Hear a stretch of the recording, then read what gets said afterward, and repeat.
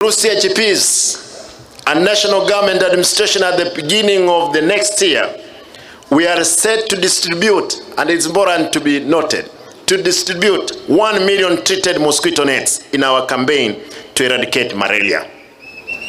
Abantu baminto tigankwanek kwansira tariki 27-28 weko mwaka moya nkwenda natole chinet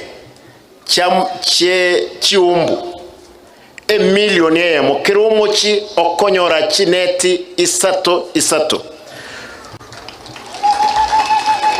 enkubasaba abantu baminto gusiyengima mo basakoira chineti ekimochi kobekera mugondo ekiera nchibwate elyogo mo chikorosi ebiti jane chineti echi toyiwana ine chineti chiri nchibwate elyogo mu basakoenda kobekese chinye ni muri abasakoli igo chineti ne chokorara chok.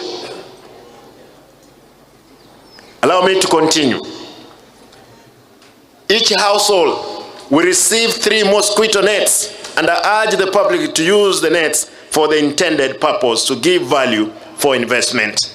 Beside investing heavily in improving service delivery at Kisii, our premier referral hospital, and in the sub-counties, we have set aside substantial resources to complete various projects in all 45 wards to ensure that our people get much needed services. Some of these projects include the upgrading of Musocho Health Center in Kitutu Church South sub-county to level 4 status. Nyakitali inogaiga na rengo romo isonde na ra tuisire kwenye kora tutaye tutarose ntonyekini eke level 4 enyole abanyagitali abantu baitu barwali gugaiga liba bakwenda KTRH.